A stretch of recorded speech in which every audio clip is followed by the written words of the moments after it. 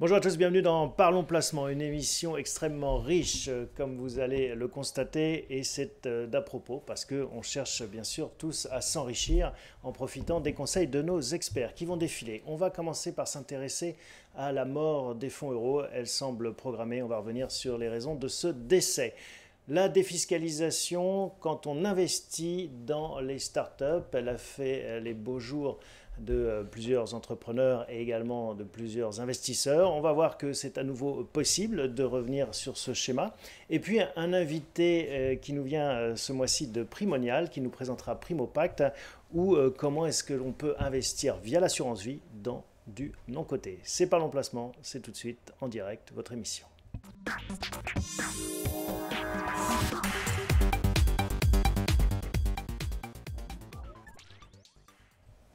On commence avec ce point sur les marchés financiers. Vous, Jonathan Lévy, qu'est-ce qu'on retient de cette actualité financière? Ce qu'on retient sur le mois écoulé depuis notre dernière émission, c'est que les marchés financiers, les marchés actions sont toujours au plus haut. Ils ne sont pas loin de leur plus haut historique, jamais atteint. On est autour de 5650 points sur le CAC 40. Et c'est une situation qui est quand même assez paradoxale parce que depuis quelques mois maintenant, et ça s'est encore confirmé avec les derniers chiffres, la macroéconomie est en baisse, la croissance mondiale est en baisse dans les différentes zones et les marchés financiers, eux, ont l'air de ne pas regarder de ce côté-là et ne voient que du vert. Alors, ils ne regardent pas les chiffres macroéconomiques, comme vous le dites, ils ne regardent pas non plus les tensions géopolitiques qui parfois peuvent influencer les bourses. On le voit avec le Brexit, on le voit avec le bras de fer commercial entre la Chine et les États-Unis. Qu'est-ce que ça veut dire? Ça veut dire que derrière, il y a les banques centrales toujours pour soutenir cet allant? Non, je ne dirais pas ça. En fait, je reprendrai une phrase de Chirac. Vous savez ce que disait Chirac? Oui. Il disait Il disait plein de choses, mais oui, notamment que les emmerdes, ça vole en escadrille. Oui, je pensais à celle-là aussi. Et les bonnes nouvelles aussi. Et depuis notre dernière émission, en fait, il y a eu quand même des bonnes nouvelles sur le plan géopolitique, en tout cas pour les bourses, même si tout n'est pas réglé. Vous avez parlé du Brexit, et c'est loin d'être réglé. Mais sur le Brexit, par exemple, il y a un sujet sur lequel les bourses se focalisaient, c'est le risque de no deal. Et ça, ce risque-là, il semble quand même écarté. Il y a un risque sur le calendrier de mise en œuvre du Brexit, mais le no deal, on voit bien que les Anglais n'en veulent pas. Donc ça, c'est le scénario noir qui semble de plus en plus s'écarter. Sur le premier sujet qui anime les bourses, c'est la guerre commerciale entre Trump et Xi Jinping, entre les États-Unis et la Chine. Ils ont annoncé qu'ils allaient signer un accord et depuis qu'ils ont fait ces annonces, il semblerait que ça avance vraiment dans le bon sens. Il pourrait y avoir une signature sur un accord partiel, certes, mais sur un accord quand même, d'ici la fin du mois de novembre. Et c'est ce scénario-là que les bourses ont acheté depuis le début de la reprise. Et qui vient compenser finalement cette petite faiblesse des chiffres macroéconomiques? Oui, parce qu'en fait, pourquoi? Les bourses sont toujours dans l'anticipation. La faiblesse économique, c'est la photographie à l'instant où on se parle. Elles anticipent à 3 voire 4 trimestres. Les bonnes nouvelles sur le plan géopolitique pourraient avoir des impacts positifs sur la croissance, pourraient faire repartir la croissance à terme, à condition que la confiance revient dans l'avenir. Et ça, c'est pas gagné. Alors, à propos d'anticipation, vous anticipez et vous nous annoncez la mort du fonds euro. Pourquoi?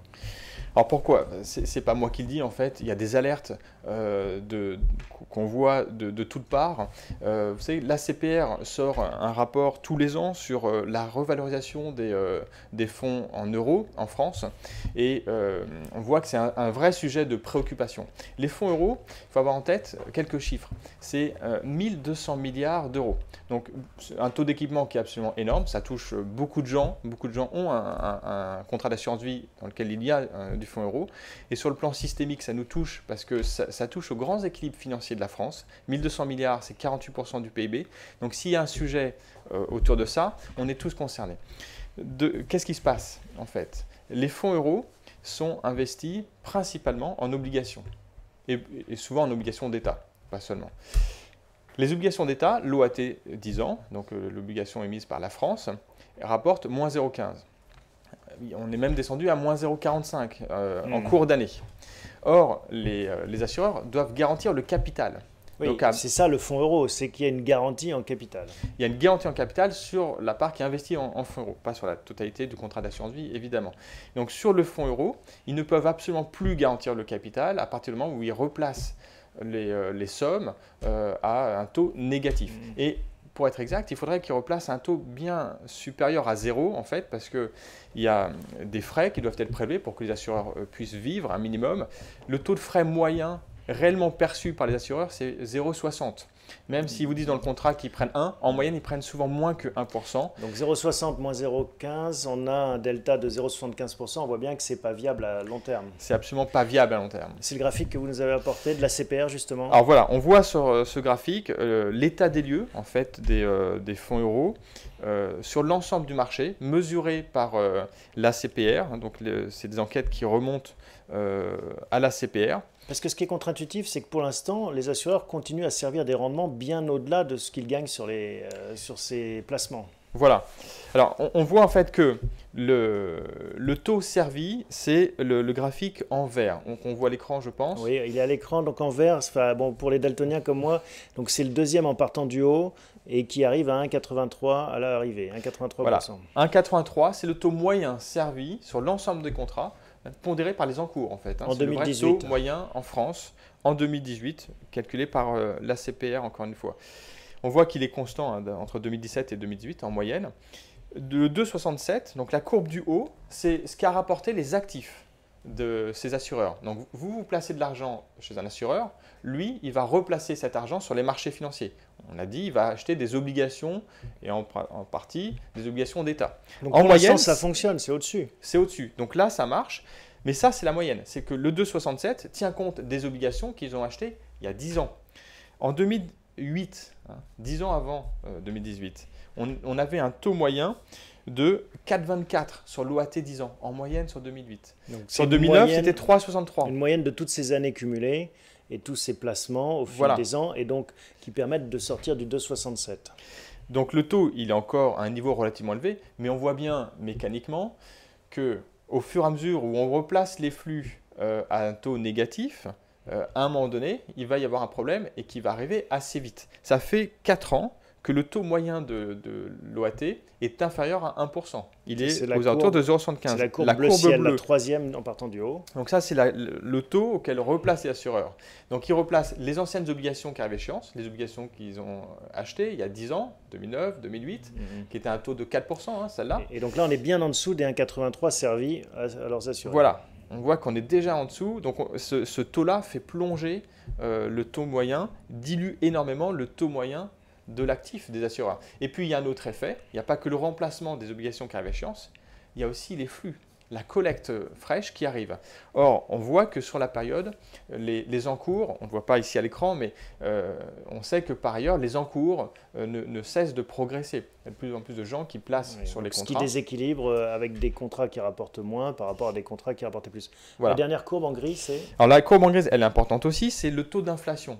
Alors ça, c'est pour l'épargnant, c'est surtout pour lui que c'est important, plus que pour l'assureur en réalité.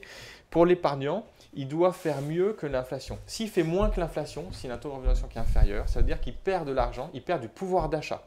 En 2018, pour la première fois en près de 10 ans, on est au niveau de l'inflation. Ouais. Donc 1,80 d'inflation, 1,83, donc il y a 0,03% de delta entre ce qui est servi. Donc on rentre dans la zone dangereuse, dans la zone rouge. Alors pour cette année, pour 2019, l'inflation rebaisse. En ce moment, elle est plutôt autour de 1%. Mais le taux de rendement va aussi beaucoup baisser. Bon, on a compris la démonstration. Il faut se faire du mouron pour les fonds euros. Qu'est-ce qu'on fait à la place? Par quoi on les remplace? Alors, on voit bien qu'on ne peut plus aller sur des produits à capital garanti par l'assureur, où la liquidité était assurée par l'assureur. Ça, ce monde-là n'existe plus. Il a été tué par les banques centrales. C'est un vrai problème pour les épargnants français qui aiment justement cette solidité de l'épargne.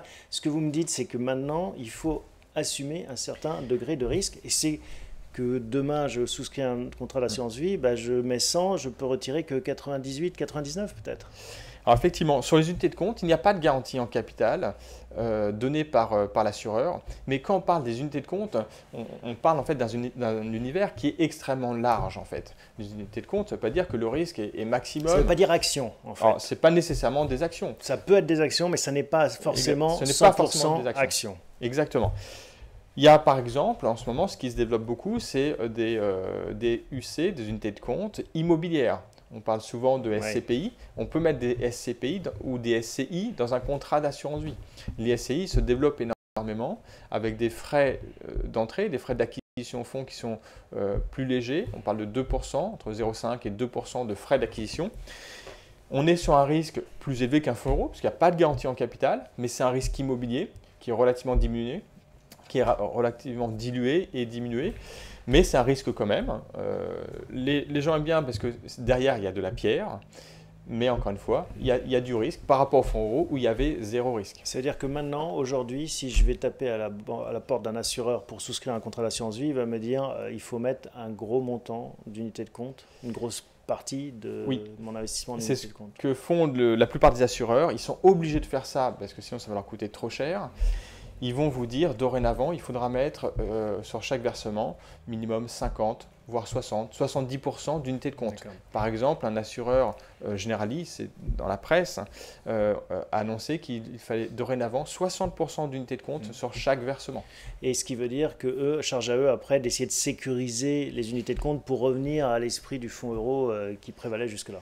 Alors pourquoi l'immobilier marche bien quand on vient du fonds euro? C'est parce qu'effectivement, il y a une régularité dans les rendements. Le rendement est quand même 2 fois plus important que ce qu'on a là. Sur les unités de compte immobilières, en général, on est autour de 3% net des frais de gestion du contrat. Bon, j'ai le sentiment que ça va alimenter de nombreuses émissions, toute cette bascule. Et puis en dernière partie, on va en parler déjà avec notre invité, Stéphane Quélin, qui va nous expliquer comment est-ce que l'assurance vie peut être aussi investie dans le non-coté. On en reparle dans la troisième partie. Merci Jonathan pour toutes ces explications. À très bientôt. À bientôt.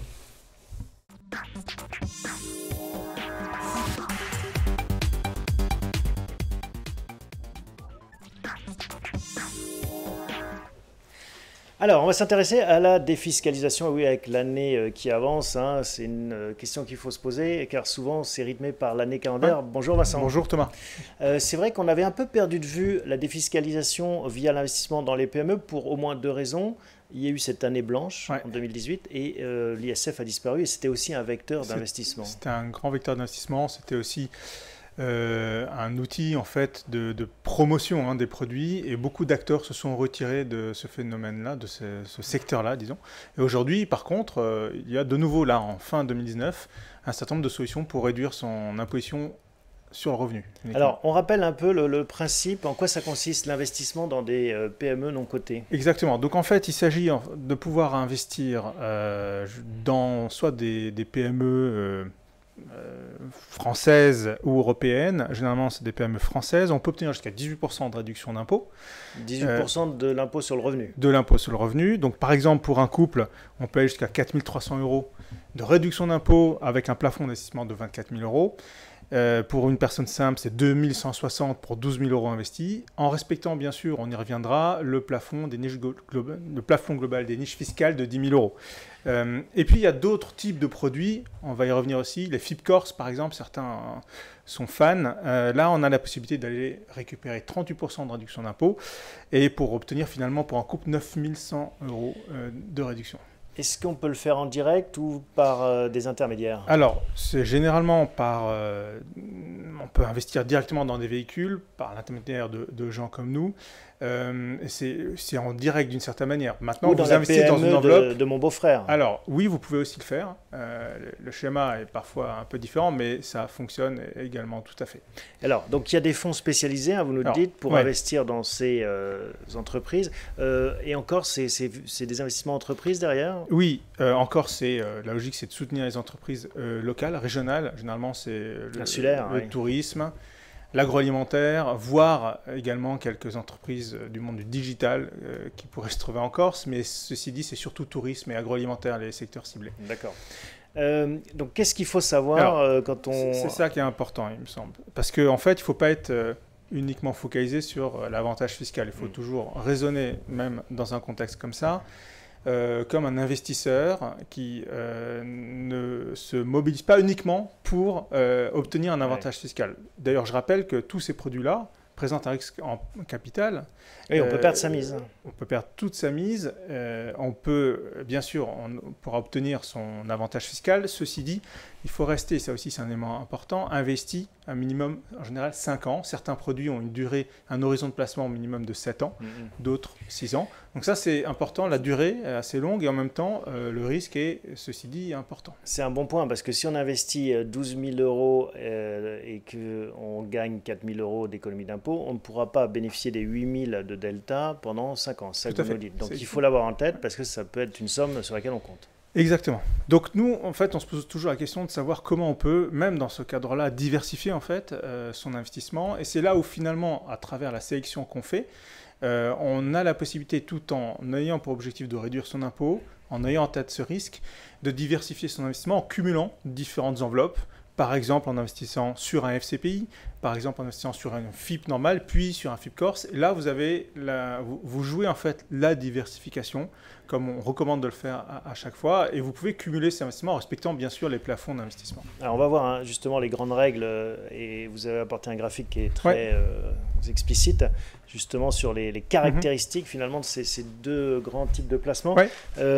On rappelle qu'on ne peut pas forcément cumuler les avantages fiscaux des deux. Il y a un plafond global. Alors tout à fait. Le plafond, c'est celui que j'évoquais au début. Il faut, pour un couple, si on investit sur des FIP FCPI, on ne peut investir que jusqu'à 24 000 euros au total. La somme des réductions auxquelles s'ajoutent bien sûr se cumulent les réductions d'impôts que vous avez par ailleurs dans un ménage, par exemple pour l'emploi d'une personne à domicile, la somme de ces réductions d'impôts ne peut pas dépasser 10 000 euros. Donc ça, il faut en être conscient. Et après, la question effectivement que vous abordiez, c'est comment, sur quelle thématique on investit, c'est ça. Donc notre approche, elle démontre qu'en fait, en investissant sur 3 véhicules différents, on va pouvoir vraiment jouer des thématiques complémentaires. Donc, quand on parle de FCPI, par exemple, on parle d'innovation. Dans le mot FCPI, dans ces initiales-là, il y a le mot innovation. En innovation, donc, on sera plutôt sur, par exemple, la croissance verte, l'Internet industriel. C'est une logique, en fait, qui est très présente aujourd'hui dans les fonds d'innovation. L'économie du partage. L'économie du partage, c'est... Alors, sans garantir que ces supports-là vont investir dans ce type d'entreprise. Par exemple, on pense aux acteurs qui aujourd'hui proposent de faire du covoiturage ou d'investir sur des sociétés qui permettent aux particuliers de louer leur voiture à d'autres particuliers. Ça, c'est des phénomènes qui sont très présents dans l'économie de l'innovation. Après, si on investit plutôt sur des FIP classiques, par exemple, je pense au FIP 1, 2, 3 Horizon PME 2018, là, on sera sur de l'hôtellerie, des résidences seniors, de l'immobilier d'une certaine manière, ou en tout cas de l'immobilier, de l'hébergement. On a aussi de l'enseignement privé qui peut être visé. On voit par exemple qu'en cumulant ces deux investissements-là, je ne parle même pas de la partie Corse, on voit qu'en fait, on est sur des thématiques très différentes, en fait. En fait, et c'est ça la stratégie, ne pas mettre tous ses œufs dans le même panier, diversifier ses placements, comme on le fait en bourse, comme on le fait quand on doit investir. Donc, y compris dans ce compartiment. On va revoir le graphique là, que vous étiez en train de nous commenter, avec quelques exemples de fonds que vous recommandez. Alors, ce n'est pas celui-ci, c'est le graphique numéro 2. Et donc, on peut peut-être donner des exemples. Alors, donc très bien, le premier c'est le FCPI Next Stage Cap 2026. Là, ce qui nous intéresse, d'ailleurs, c'est l'approche qu'on a généralement, c'est qu'on cherche aussi, même s'il s'agit d'entreprises innovantes, ce qui est le cas dans ce produit-là, on va chercher quand même, et on va privilégier les supports qui vont rechercher l'investissement dans des PME solides, qui ont déjà un business model avéré, qui ont démontré avec les années qu'elles sont capables de dégager des cash flows. C'est pas du casino. C'est pas du casino. Et d'ailleurs, c'est le cas aussi, un autre élément qui nous paraît important, c'est souvent ces produits-là, en tout cas ceux qu'on choisit chez bienprévoir.fr, ont une logique aussi de pas simplement investir en actions, mais elles vont rechercher, ces supports vont aller investir en obligations, ce qui donne deux avantages en obligations convertibles, c'est qu'on sort un petit peu de la logique purement action, et puis on a un horizon de sortie qui est défini à l'avance. Donc ça, c'est des éléments qui permettent aussi d'avoir des sorties un peu plus courtes que si on était sur une logique action. Donc ça, c'est le premier exemple. FIP 1, 2, 3 Horizon. FIP 1, 2, 3 Horizon, PME 2018, qui est de 1, 2, 3e, qui est un acteur qu'on connaît bien. C'est le même style. PME finalement. française en croissance, même idée. Là, on est sur une durée un peu plus courte que le précédent. Le précédent, on est à 7 ans et demi pratiquement. Là, on est à 6 ans. Et c'est là où on investit sur l'hôtellerie, les résidences seniors et l'enseignement privé. Et puis FIP Corse. Et sur les FIP Corse, voilà, il y a effectivement la possibilité là d'aller cibler les entreprises corse. On est sur des PME corse en croissance, comme je le disais, orientées sur la distribution, l'agroalimentaire et le tourisme. Alors, pour finir, on le sait, hein, Ouais. les règles ont changé avec le PASS, le prélèvement à la source. Et en début d'année, on peut bénéficier d'un crédit d'impôt. Voilà.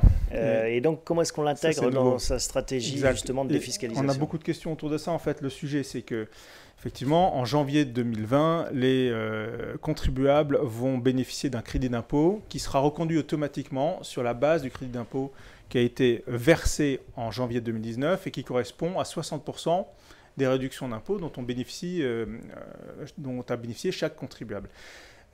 Jusqu'au 5 décembre, on peut moduler ce crédit d'impôt. Donc, je dis juste attention à ne pas moduler avant, d'avoir investi éventuellement et ne pas moduler excessivement. Je prends un exemple. Quelqu'un qui a un crédit d'impôt de 4 000 € versé en janvier 2020, si finalement il se dit je vais investir dans un des FIP qui a été présenté là et je vais demander à moduler mon crédit d'impôt à 5 000 € et que finalement, en fin de compte, en juillet 2020, lorsque la déclaration sera finie et que le fisc va se retourner vers le contribuable pour réclamer le crédit d'impôt d'une certaine manière, il faudra faire attention à ne pas s'être trompé sur cette modulation. Donc, sinon, on risque des pénalités de retard ou des choses de ce style qui sont désagréables. Tout à fait. Donc, il faut plutôt être conservateur. Et c'est pour ça que moi, ce que je recommande de faire, c'est de procéder d'abord à l'investissement, de moduler jusqu'au 5 décembre et ensuite, on sera tranquille pour l'année 2020. Voilà un bon conseil. Merci beaucoup, Vincent, pour ces explications. On se retrouve dans un mois pour un nouvel épisode de Parlons Placement.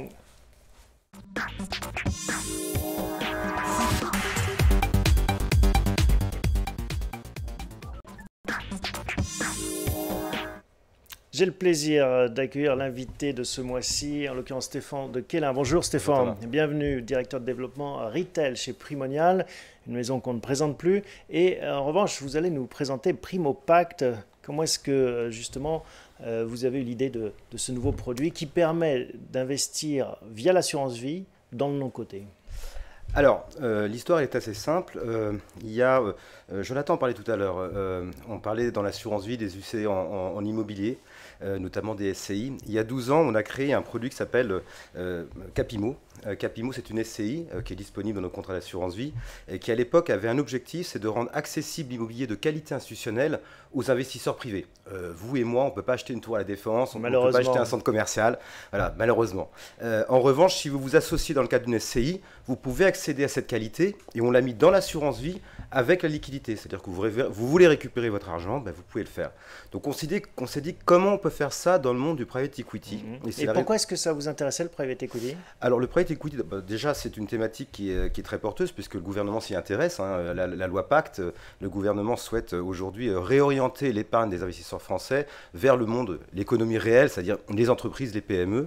Et c'est surtout un moyen d'investir dans les entreprises françaises avec une liquidité qui n'est pas celle du marché. C'est-à-dire que le bruit de marché, le tweet de Trump qui fait baisser de 10% dans la journée, ça dans le private equity, vous n'avez pas. Moins de volatilité. Moins de volatilité et des perspectives de croissance. J'imagine la recherche de rendement. Exactement.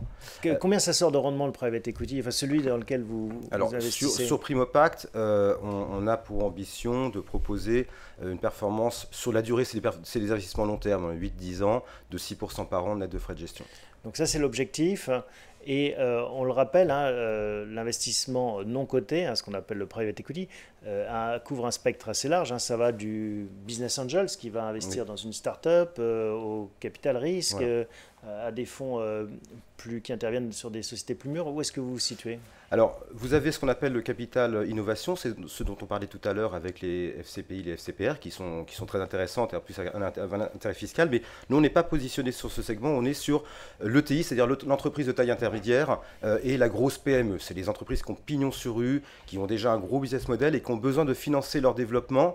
Alors, elles le font en partie par la dette bancaire, mais ça ne peut pas tout faire. Elles ne peuvent pas faire appel au marché parce qu'elles ne sont pas cotées. Donc, elles font appel aux grands institutionnels, les fonds de pension, les compagnies d'assurance, les banques, qui eux-mêmes délèguent ces investissements au travers de spécialistes comme KKR, Eurazeo, et c'est là-dedans que l'on va investir nous.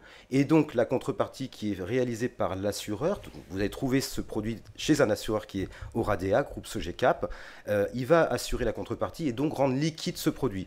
C'est du private equity de qualité institutionnelle avec la liquidité. Donc on l'a compris, hein, c'est du private equity mais pas hyper risqué. On ne cherche pas à dénicher les futures pépites hein, avec les risques inhérents à ce métier. On est plutôt sur de la belle PME qui se développe, qui a besoin de renforcer ses fonds propres ou autres. Et on est aussi sur un accompagnement qui se fait dans la durée, mais à l'extérieur du marché. Donc ça, c'est le sous-jacent, c'est votre terrain de chasse. En effet, vous nous avez expliqué comment est-ce qu'on peut garantir la liquidité. Et moi, en tant que particulier, si je veux investir dans ce produit, comment je fais ? Alors, par exemple, allez voir Bien Prévoir, c'est un bon qui vont exemple. vous proposer un contrat qui s'appelle Target Plus. Ce contrat est géré, enfin est assuré par une grande compagnie d'assurance, c'est Oradea qui fait partie du groupe Sogecap, et c'est Sogecap qui assure la contrepartie. Si vous voulez vendre, parce que vous avez un accident de la vie, vous avez besoin de votre argent, une partie ou totalité de Primo Pacte, ben c'est eux qui vont reprendre la contrepartie et l'intégrer dans leurs fonds propres. Ensuite, la gestion en tant que telle est réalisée par une société qui est très connue sur le marché, qui s'appelle Idinvest. C'est le bras armé du private equity de Eurazeo.